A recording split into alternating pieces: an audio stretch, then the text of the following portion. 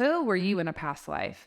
In this video, we're going to be talking all about past lives and how the emotional imprint of your past life is carried into this lifetime as a way to find resolve, and how we can use our intuition to gain clarity, to gain healing, and how we can use our tools of imagination and our intuition to know who you were in a past life.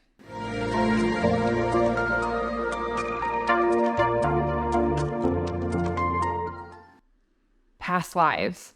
Now, it's more than just what you did in a past life, who you were, but more importantly, how your past lives, how those unhealed traumas, how your unfinished business gets carried into this lifetime, and how we can use this information for important self-discovery, for healing, for releasing trauma, better accessing our spirit, and even finding our purpose. So today we're going to talk all about past lives. Now, before I go any further, let me introduce myself. Hi, I'm Sonia. I'm a fourth generation intuitive, and I teach you how to plug back into your innate divine self, your intuition. So if you are new here, welcome. I'm so happy to have you here. If you're returning, welcome back. Don't forget to hit subscribe and that little bell notification, because I release new videos every single week. And this week, we're talking about past lives. And more importantly, I am so excited to announce that starting Monday, I'm going to be doing past life email reading. So if you're curious about your past lives, about your emotional underpinning, definitely check out the description box below. Head to my website, soniatully.com, sign up for my newsletter, because that's where you'll get all of the deets. So enough housekeeping. Let's get into past lives. So we contain a soul. Your soul also has a soul history. This is what you even reincarnate with. Now, karma gets a bad rap, but karma really means lesson. It means teacher. So your karma is what you are here to learn in this lifetime.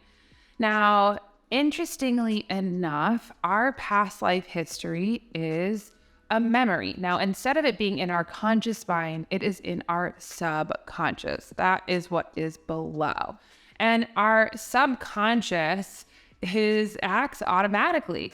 So when we are aware of the emotional underpinning, so what were our traumas? What was our unhealed business? What was the emotional imprint that was left on our life? We can often recognize that in this incarnation, we will often gravitate towards the same roles, repeating the same patterns, having the same sort of story that plays out over and over again. And we do this because we go back to what it is that we know to try and close a loop, to try and get resolve, karmic resolve, energetic resolve, when it comes to ourselves. So the first thing I want to ask, and really in starting to get clear on your own past life, on your own karmic history, first just looking at, when we're starting to even do an energetic reading for ourselves, what is so? Now, when we look at what is so, what's happening in present time, we start to organize. And you can do it very pragmatically. Where do you find yourself repeating the same patterns over and over again? Do you find yourself in relationships with unavailable people?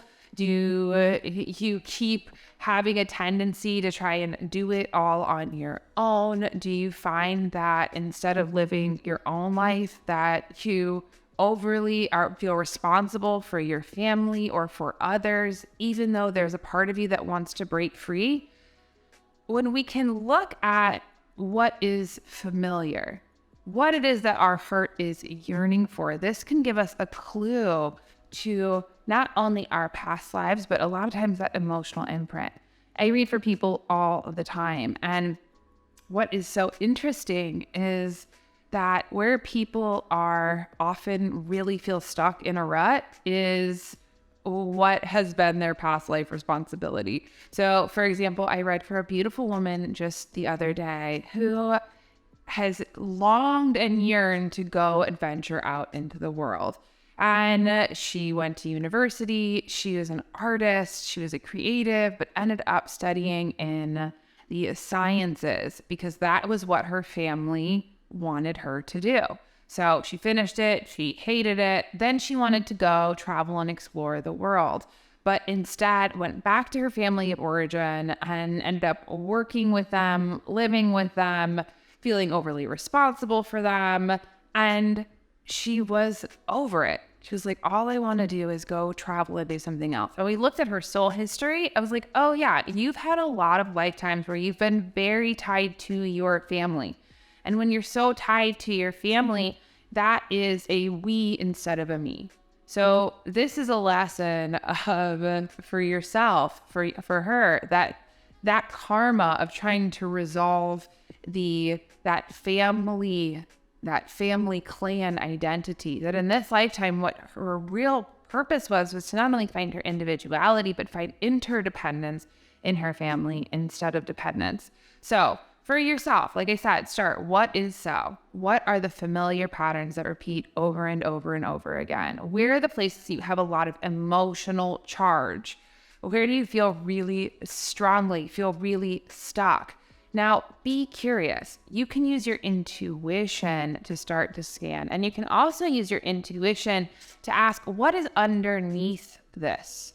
What is underneath this story? What's underneath this pattern? And before you let your intellect answer, we can intellectualize, oh, blah, blah, blah. Pause, check in with your body, and let your spirit speak. If you're having a lot of trouble, you can start by emptying the garbage, journaling, saying what you intellectualize out loud, getting it out of your body, and then pause. You can use this in a meditation. You can use this in a visualization space. And as we open up the psychic energetic container, you'll be surprised at what comes up. Now, another way that we can really use this past life information, this karma, is to help to resolve some of our traumas. Traumas interrupt us. They keep us stuck in one place and time, and instead of moving forward. So if we can also just look at what our soul yearns for, where are the places that we're stuck, using it in a compassionate lens. The big thing that I really find about past lives, about having a reading, about all these things, once we can kind of even understand how we are built, how we naturally are in the world, we can invite in more grace and compassion. So like I said, using that lens of what are your traumas, what are the things in your life, and ask your spirit, is this new? Is this something new? Is this something that I've repeated over and over again to try and find that same resolve? And if so, first, coming back to the present moment. Second, finding a grounded toolkit and plan. Get some support, get a therapist, have some accountability, make some decisions to start to change that same groove. The thing that I know about past lives as well is, we go back to what we know, what is familiar. And like grooves on a record, the more that we ruminate, the more that we get stuck on it, the deeper and deeper that we can get entrenched in that energy. Also, a really fun exercise in getting curious about your past lives is there any places, people, things that feel really familiar? You might have a past life connection with somebody when you meet them, and you just feel so connected. You're like, I've known you for a long time. Chances are you've known them in a past life. Or if you're really drawn to someplace. For example, I remember when I was in second grade in French school and we learned about Pompeii, and I immediately was like, I've been there. I know that place. I have been to Pompeii. So we can also use our portal of imagination and resonance to see where our soul has been guided before. Another last fun tool that I will leave you with is, just as you are drifting off to sleep, you can use and prompt your subconscious mind by even just saying, I wonder where my past lives were. And I wonder if I will get a glimpse into them into my dream state.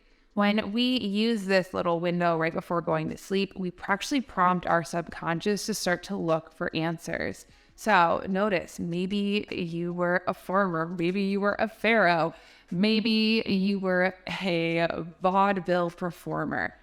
be curious, open that portal, and notice how all these fun past lives will start to come to you. Don't overthink it. See if it resonates instead of if it feels right. So I hope you enjoyed this video this week.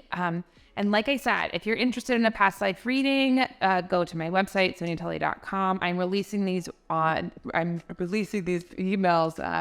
these readings starting Monday. So if you're seeing this before this upcoming Monday, sign up for my newsletter. You can find all this in the description box below. Check out our family podcast. It's all related. And if you've had a past life, if you have a memory of a past life, tell me in the comments, where were you? I would love to hear from you. So I'm sending you all my love. I hope you enjoyed, and I will see you next week. Bye.